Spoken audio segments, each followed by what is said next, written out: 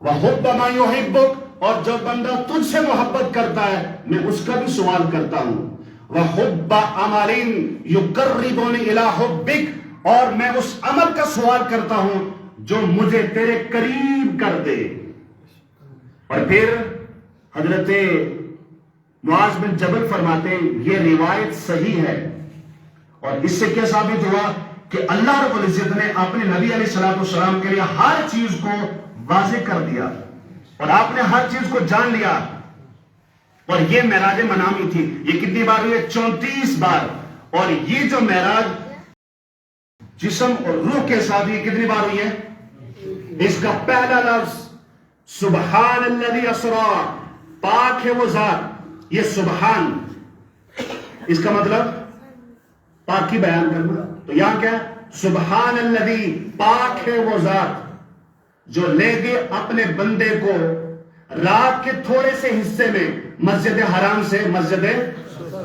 اچھا، اب اگر کوئی اعتراض کرے کہ جناب نبی کو یہ معراج نہیں ہوئی ہے، یہ غلط ہے، نہیں، اس کا رد اللہ رب العزت نے اس آیت کے شروع میں کیا. سبحان الذی، فرمایا میرے نبی نے تھوڑی دعویٰ کیا ہے کہ میں لامکہ گیا ہوں. یہ تو رب کہتا ہے کہ میں نے اپنے نبی کو سیر کروائی. اور رب تعالیٰ عاجز نہیں ہے، وہ کمزور نہیں ہے، اس میں کوئی نقص نہیں ہے.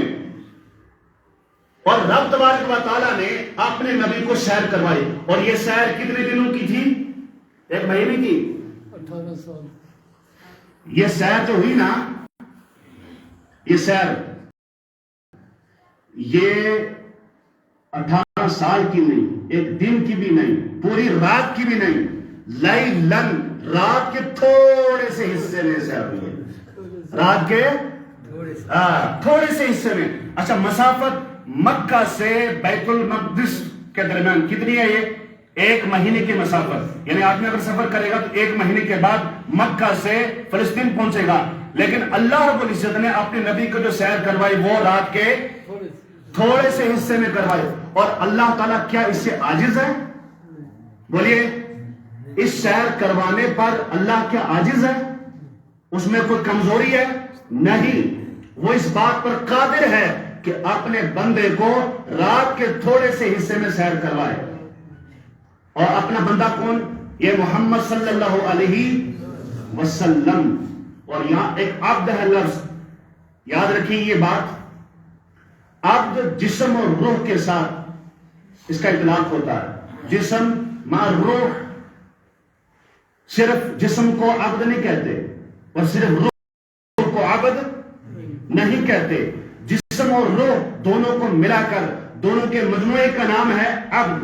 تو اللہ نے فرمایا پاک ہے وہ ذات جو لے گی اپنے بندے کو، اپنے بندے کی روح کو نہیں، صرف اپنے بندے کی صرف جسم بغیر روح کے نہیں، بلکہ روح اور جسم دونوں کو جو ذات لے گئی مسجد حرام سے. یہ مسجد حرام کا حرم شریف مکہ المکرمہ کہاں تک؟ ہاں، جو زمینی سیر ہوئی ہے کہاں تک؟ مسجد اقصی. یہ اسرا کہلاتا ہے. کیا کہلاتا ہے؟ اسرا. اس سفر کی غرض کیا تھی؟ اس کی غرض و غایت کیا تھی؟ اللہ رب العزت نے ارشاد فرمایا مسجد اقصی میں جو ہم نے اپنے نبی کو بلایا، پھر آپ نے تمام انبیاء کی امامت کی، جو آپ تفصیل سنتے رہتے ہیں. اس سفر کی غرض کیا تھی؟ ہم بڑی بڑی اپنی نشانیاں اپنے نبی کو دکھائیں. اور سورہ النجم میں 18 آیتوں میں معراج کا تفصیل کے ساتھ ذکر اللہ تعالیٰ نے کیا ہے. اور اس میں بھی کیا غرض تھی کہ ہم اپنے نبی صلی اللہ علیہ وسلم کو عجائبات کو دکھائیں، عجائبات قدرت کو دکھائیں. اور اللہ تعالیٰ اس بات پر عاجز نہیں ہے. تو جملہ معجزات میں سے پیارے آقا علیہ السلام کا عظیم تر معجزہ یہی معراج شریف ہے. اور معراج کا ایک اہم پیغام، بس میں بات کو ختم کر رہا ہوں، معراج میں جو اہم تحفہ ملا ہے وہ کیا ہے؟ وہ کیا ہے؟ بولیے. نماز. وہ نماز ہے. میری گزارش رہے گی اس عظیم تحفے کو اپنے پلے باندھ لیں آپ. اور جو تقریر آپ سنتے رہتے ہیں، ٹھیک ہے، اللہ کے نبی علیہ السلام کے کمالات، ان کی خوبیاں، ان کے کردار کو سننا ہمارے لیے بہت ضروری ہے، مگر ان پیغام کو آپ صرف نظر نہیں کریں. معراج میں اللہ رب العزت نے جو ہمیں تحفہ دیا اپنے نبی کی وساطت سے وہ کیا ہے؟ نماز پنجگانہ. بھائی گھر پہ بھی ماحول بنائیے, اس مسجد کو بھی آباد کیجئے. اگر نماز نہیں تو بھائی یہ باتیں سننا تو ایسے فضول ہی ہے. اس لیے اللہ کے رسول علیہ الصلوۃ والسلام نے ارشاد فرمایا ہمارے اور کفر کے درمیان, کافروں کے درمیان اگر کوئی چیز فرق کر دینے والی ہے تو وہ کیا ہے؟ نماز ہے. تو نماز کو ترک کرنا فرمایا وہ کفر کے قریب ہو جاتا ہے جو نماز کو چھوڑتا ہے. ایک روایت کے مطابق اللہ کے رسول علیہ الصلوۃ والسلام ارشاد فرماتے ہیں جو بندہ نماز جماعت کے ساتھ ترک کر دیتا ہے, جماعت کے ساتھ نہیں پڑھتا ہے, اس جماعت کے ترک کی وجہ سے اس بندے پر ایک بار دن میں 70 بار لعنتیں نازل ہوتی ہیں. لہذا اس کاہلی کو چھوڑے, سستی کو چھوڑے, آپ تھوڑی عادی بن جائیں. پھر آپ کی جب ضمیر میں یہ بات پیوست ہو جائے گی نا, پھر نماز خود ہی آپ کو نہیں چھوڑے گی. آپ کو چین ہی نہیں آئے گا جب تک آپ نمازوں کو ادا نہیں کریں گے. میرے بھائی یاد رکھیے, جو مسلمان آزادی کے زمانے میں اپنے احکام پر عمل پیرا نہیں ہوتا ہے نا, پھر اتنا تنگ وقت آ جاتا ہے, پھر اگر چاہے گا وہ کہ ان پر عمل کروں نہیں ہو سکے گا. آج داڑھی رکھنے میں پابندی ہے؟ بولے یہاں کوئی پابندی ہے؟ یہ چکرڑا ہے نا, چکر برقعے پر پابندی ہے؟ نماز پڑھنے پر پابندی ہے؟ ان جگہوں میں دیکھیے جہاں پردے پر پابندی, داڑھی رکھنے پر پابندی, اجتماعی طور پر آپ نماز پڑھیں اس پر پابندی, آزان آپ نہیں دے سکتے, لاؤڈ اسپیکر اتارنے, لاؤڈ اسپیکر لگانے کے لیے پابندی.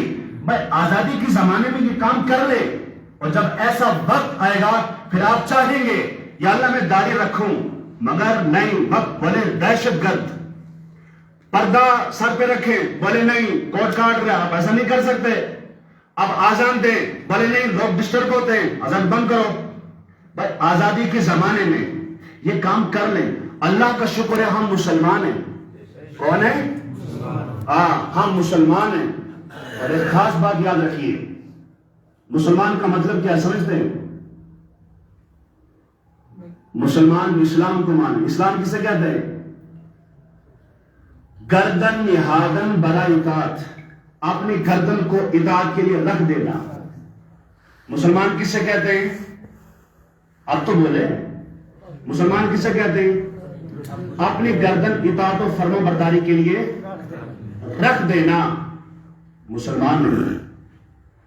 اور کہتے ہیں جو دہلی میں فساد ہوا تھا حضرت نظام الدین اولیاء کے دور میں, تو گاؤں میں کافی ہندو مسلم فساد ہوا تھا, تو اس میں کچھ لوگ آپ کے پاس آئے تھے, حضرت دعا کیجئے, گاؤں غرق ہو گیا, سارے لوگ وہاں خون کی ہولی کھیل رہے, ان کو مارا جا رہا, تو آپ دعا کریں مسلمان مارے جا رہے, اللہ تعالیٰ کو فتح دے. آپ نے فرمایا نہیں, ایک مسلمان مارا گیا.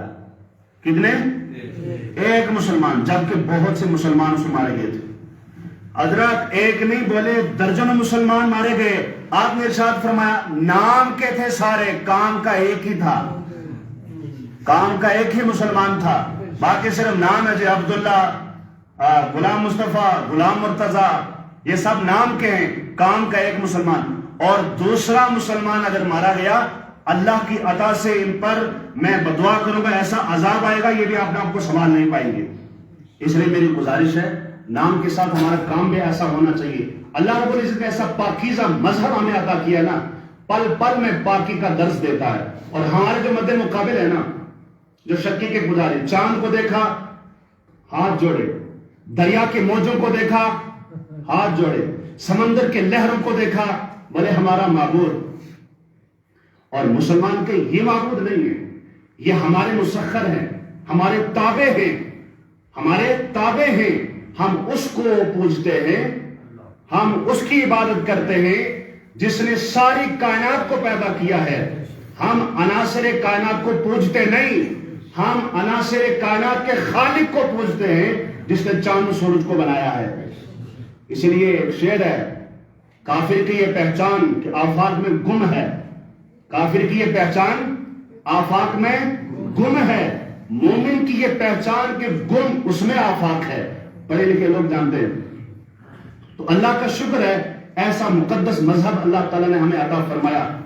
اب دیکھیے آج مغربی کلچر کا جو سسٹم ہے نا، پہلے ان کو ذہنی آوارگی ہے، اور پھر جو حرام کھانے سے نا بغیرتی آتی ہے، حرام کھانے سے بغیرتی، حیا کا وہ مادہ ہی ختم ہو جاتا ہے، اور جو لوگ ایسے سور کھاتے ہیں ان میں ماں بہن بیٹی کی کوئی تمیز نہیں رہتی، جانوروں کی طرح ان کے یہاں وہ زندگی بسر ہوتی ہے، کوئی تمیز نہیں رہتی۔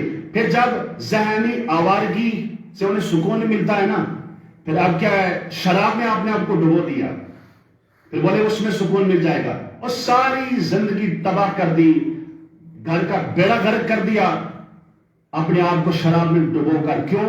کہ بھائی اس کو ذہنی سکون مل جائے۔ مگر مسلمانوں کے لیے اصول کیا ہے؟ حلال کھائے تاکہ باغیرت بنے، اور پھر اگر کوئی حادثے کا شکار ہو جائے، دل میں اطمینان نہ ہو تو کیا کرے؟ اللہ کا ذکر کرے، اللہ تعالیٰ اس کو سکون بھی عطا فرمائے گا۔ اور پھر زندگی بھر کبھی پاک ہی وہ لوگ نہیں ہوتے، خطرہ ان کا نہیں ہوتا، غیر ضروری بال جسم سے وہ نہیں کاٹتے، غسل کرنے کا طریقہ نہیں ہوتا، ساری زندگی میں پاک رہتے ہیں، لیکن الحمدللہ مسلمان دن میں 5 بار وضو کرتا ہے، 5 بار وضو کرتا ہے، اور وہ یہ جانتا ہے الطہر نصف الایمان، پاکیزگی تو ہمارے ایمان کا آدھا حصہ ہے، اگرچہ کپڑے پرانے صحیح مگر صاف ستھرے ہونا چاہیے۔ تو اللہ سے دعا ہے اللہ تعالی ہم سب کو عمل خیر کی توفیق عطا فرمائے۔ ایک خاص گزارش ہے، یہ دور بڑا خطرناک ہے، پل پل قدم قدم میں ہماری آزمائش ہے۔